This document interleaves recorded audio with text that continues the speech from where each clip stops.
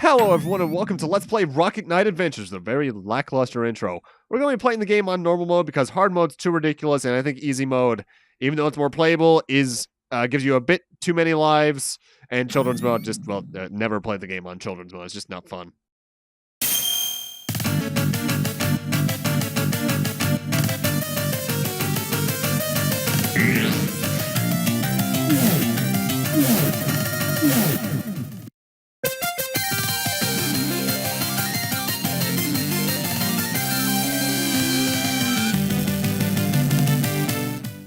Well, that certainly got the story across. Either way, in Rocket Knight Adventures, we play the part of Sparkster, one of the Rocket Knights. The way he controls is obviously D-pad is move, and then throughout the Genesis is 3 face buttons. 2 of them are always attack, 1 of them is jump. When you hold down one of the attack buttons, that bar on the top right charges up like so, and when you release and are holding a direction, you'll rocket off in that direction. Except for when you hold down. When you hold down, you're not jumping. You'll do a little spin attack, which actually can do a lot of damage to certain enemies. When you attack yourself, not when you attack yourself, because that'd just be confusion for Pokemon. When you attack, Sparkster sends out a little sword slash effect there, as you can see. That attack is actually damageable in of itself. However, if you actually hit enemies with your blade, you'll get more hits in per frame. Because this is one of those games where you can get multiple hits multiple damage points in from a single attack. There we go. Sparkster can also hold on to certain little twigs like that. Notable, when you go in a certain direction, when you when you jet off in a direction rather, you are forced to stay with that direction with very little momentum. Normally, that's only really a big problem with heading straight up though, because you can't move once you hit the top. Also, that's a death. Notable, you don't have any extra lives really at the start of the game. On normal mode, you get 1 life and 1 continue. That 1 life is technically 0-0, because 0 counts this because you're on your last life now. Throughout the stage, there are fruit which serves as HP restoring items. There's apples which restore a little bit, I think it's 1 heart total, and bananas which restore about 5 or so. And there's also 1-ups hidden every now and then just to give you that extra boost. Oh, more pig soldiers. Sparkster himself is going to control very fluidly throughout the most of your adventures. You don't need to really worry about his controls too much. What you do have to worry about are the mini-bosses, because this game has a lot of them. And we're starting off this little pig tank thing that, as long as you get behind it, cannot actually attack you.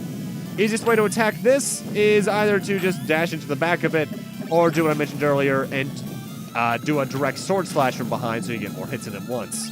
However, that's not the end of the sub-boss, because now it's falling through the waterfall in a bit of a Pong fashion, I suppose. I suppose Brick Breaker might be a better comparison, where you just have to kind of bounce him around the area and hit him a bit more. Rocket jumping is probably the best way to go about this, just because it's a little bit faster. And once we destroy him, that'll be the end of the first sub-level, because technically speaking, every main stage is divided into 2 or 3 sub-levels in of itself, maybe a bit more. And this is a bit of a rare item. This is a rocket pack, and that sends us into the second gameplay style for Rocket Knight Adventures that doesn't show up too often. Essentially, we now can only attack and move in all 8 directions. It's basically Gradius, actually, now that I think about it. You don't really have to worry about anything special in this. Just keep your attacks coming out for the enemies in the front of you. Watch out behind you, because some enemies might spawn behind you. And occasionally, you'll even get a sub-boss during these sections. And by that, I mean every single one, now that I think about it, has one. In this case, it's a giant sea serpent I actually have a hell of a time trying to kill. This thing only has 2 abilities. It'll go from left to right, bouncing like that, and then it'll do about 3 jumps in the water, slowly approaching the left. Oh no, 4 jumps, slowly approaching the left while it does so, at which point it repeats its pattern. This game is one of those things where bosses will start out doing kind of a fixed pattern, but by the time they complete 1 cycle, they'll generally just do things more randomly. Also notable, if you enter the lower third of the playing area, you will be underwater, and that actually will drag you backwards, so make sure you stay on the upper 2/3. Either way, getting into this game's story, let's read it right out of the manual. A brief history of Zebulos, and by that we mean 3 full manual pages. The past. The world you are about to encounter is called Elhorn. It is a world of warriors, magic, and machinery. It is also the home of the kingdom of Zebulos. Zebulos is a kingdom with a long history, you don't say. Its first king was Elzebulos. Original. Now, it is difficult to sort the ancient legends and myth from the facts. The prevailing belief is that Elzebulos was a brave hero who fought a band of evil would-be invaders who sailed in a powerful ship called the Pig Star. These invaders would have brought destruction to Elzebulos and his clan. They fought hard, and though the odds were against them, Elzebulos would not give up. His courage and conviction provided the leadership necessary to overcome their opponents. After defeating the invaders, Elzebulos became the ruler of the peaceful land, and the Pig Star was placed under a magical seal to keep it out of enemy hands. The key to the seal was guarded by Zebulos and his royal family. Before that, let's enter his goddamn castle. From here on, we're actually going to start encountering something special about Sparkster's rocket pack. In the case you boost into a wall, you reflect off of it. So, like I'm about to do now, as you can see, they even point this out, rocket diagonally, and you'll bounce off walls like that. That's not entirely necessary in the game. They'd only really make use of that, like, 2, 3, maybe 4 times overall, at least that you have to use it. But if you want to get around the platforming really easily in this game, mastering the rocket pack is a very good idea. Also notable, you're basically invincible to everything while you're rocketing, including these little fire waves that always shoot in pairs of 3 and can really take your HP down real quickly. Either way, continuing on. From generation to generation, the Zebulon family has guarded the key. Because the Pig Star had the power to destroy whole worlds, the kingdom of Zebulos has always been subject to attack. An elite fighting force was formed, the powerful Rocket Knights. These armored warriors use rocket pads to mystical swords as well as superb fighting skills to protect and serve the kingdom. The current leader of the Rocket Knights is the brave Sparkster. Hey, that's us. He emerged as leader when the Rocket Knight master Mifune Shanjulo was destroyed by a corrupt knight called Axelgear. Sparkster fought Axelgear and banished him from the land. But there are rumors that Axelgear has returned to the kingdom. The present. The kingdom has recently come under attack from the nearby Devotindos Empire. What the... Oh, gee, that was a necessary game. Overwhelmed by the robot-led army attacks, the Zebulon forces are nearly wiped out. The Zebulon army is on verge of crumbling. Sparkster feels the presence of Axelgear behind the attack and heads to Castle Zebulon. Sure enough, Axelgear and a giant worm boss are here to do stuff. This worm is very easy because you can get a good amount of hits in right as he's starting, because you'll always do those 3 dives and these 2 dives to start off his pattern, at which point he'll dive down once and then shoot down these little bugs.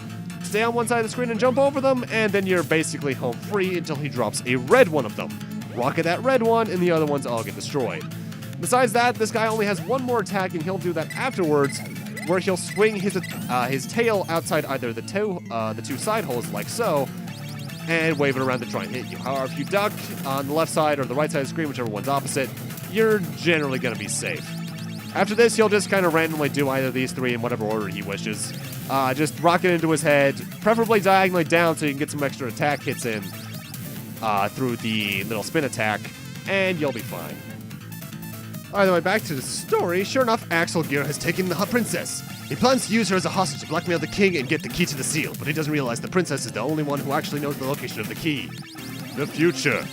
There isn't going to be a future if Sparkster doesn't rescue the princess from Axelgear. It is that simple. He must crush the Devonos army and finally end Axelgear's threat before the key is recovered and the Pig Star is reactivated. The fate of Zebulos is in your hands. You control Sparkster. Are you here enough to face the challenge of a lifetime? Well, I just took care of the first stage out of 7, so I think we're doing pretty good so far. The first stage overall, not too hard, but it's going to pick up from here.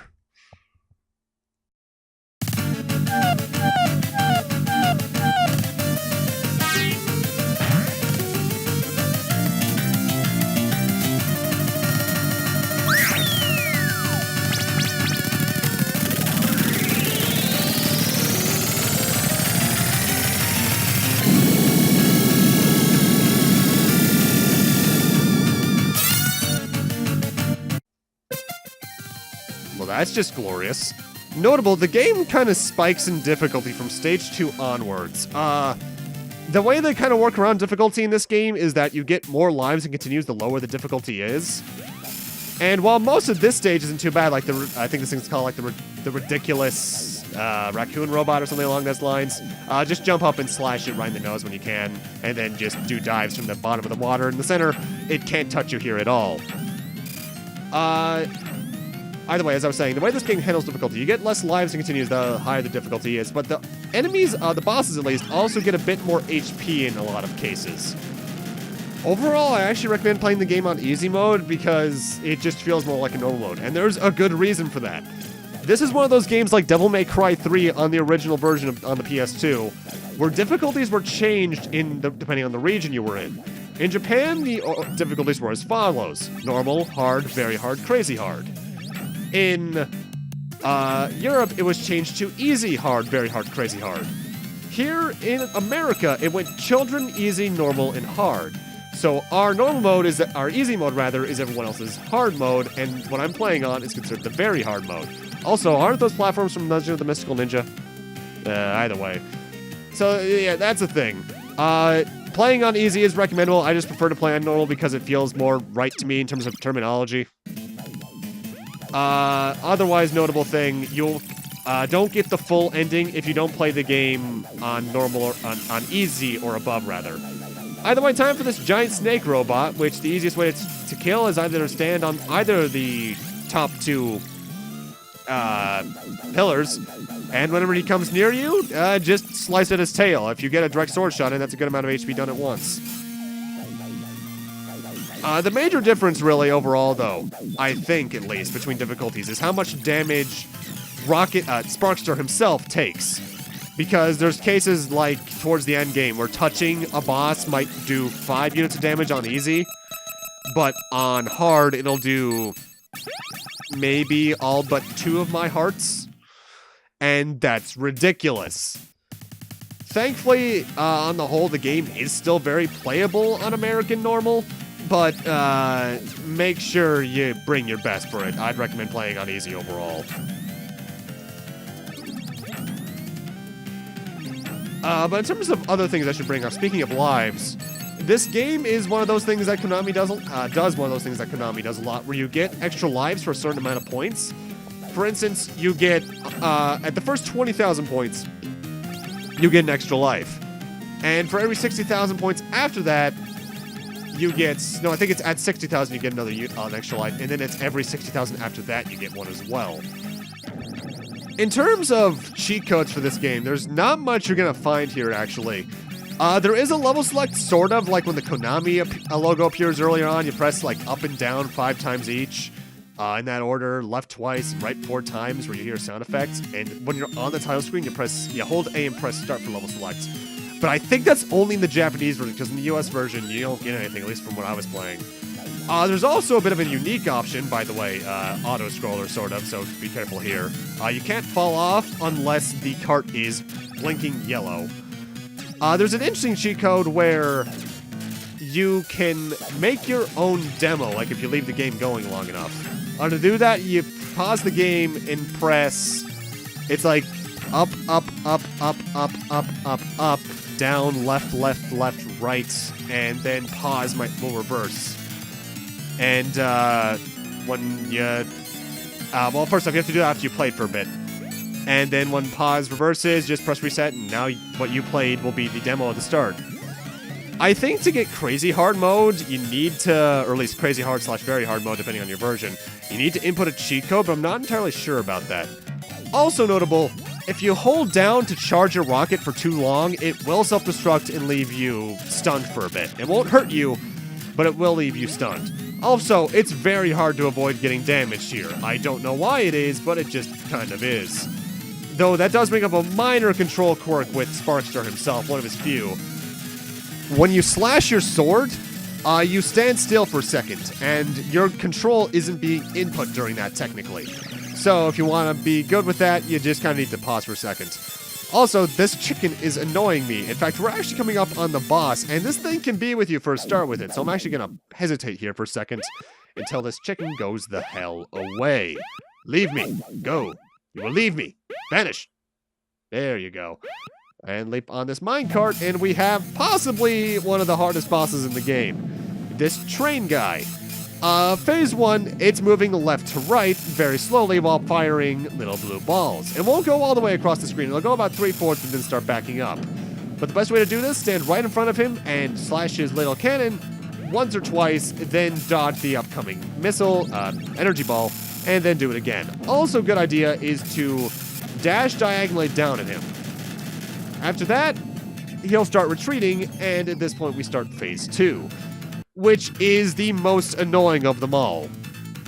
He goes up to a higher track and starts waving his hands around in some weird motions. It's actually really hard to dodge these things. The best way to do this is when he's first moving, just attack the hands a little bit, but then hesitate on attacking him until it starts attacking you. At this point, it'll move its hands in and try to attack you. Do what I told you earlier and do a little spin attack by holding down when you're about to unleash your rocket, and you get a lot of hits in at once. Do that a couple times, because the pattern repeats now, and you should be good for phase 2. The major thing that's kind of hard to avoid with this fight is just the hands in general, because when they're waving around like that, they're kind of unpredictable, and their hitboxes aren't exactly, not inaccurate, but they feel a bit off when you're playing due to the way that the invincibility frames in this game works. Because when you hit an enemy, and they touch you, their hitbox doesn't count. So essentially, their invincibility frames count for your invincibility as well. At this point, we're moving on to phase 3, which is probably the easiest. The train will come in from the right, firing these very slow blue projectiles again. And you just kind of want to not touch it while also damaging it. Staying close can be a very good idea, again, because you just get a lot of hits in at once. But if you want to take it from a farther distance, that's completely fine too. Eventually, it blows up and you finish the stage. Stage 2 is fairly balanced on the whole in difficulty. It feels like a difficulty curve that you could expect from a game like this until that boss fight, especially due to the damage it does on normal mode. Also, this game's soundtrack is fantastic, even though some of the sound effects itself are actually pretty grating. Either way, with that, I'm going to need to end this off here. Thank you guys for watching, and in part 2, we'll be continuing on in stage 3 and seeing where we can go from there. See you guys then.